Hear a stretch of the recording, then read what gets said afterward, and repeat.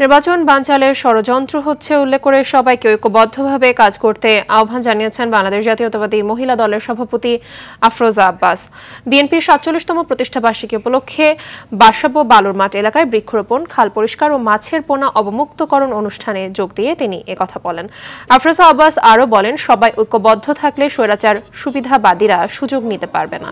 জনগণের ম্যান্ডেট নিয়ে তারেক রহমান ক্ষমতায় আসলে দেশ হবে পরিষ্কার পরিচ্ছন্ন। জিয়াউর রহমানের মাছে ভাতে বাঙালির স্বপ্ন পূরণ করবে তারেক জিয়া।